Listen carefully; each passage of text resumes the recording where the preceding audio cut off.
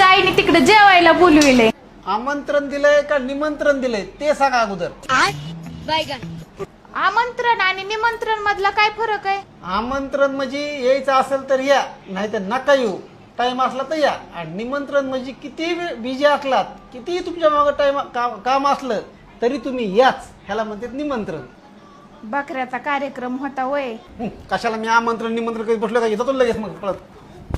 अहो अहो अहो, तुम्हाला निमंत्रण नाही दिलं, आमंत्रण दिलंय म्हणजे यायचं असलं तर या, नाही तर नका येऊ. थांबा थांब.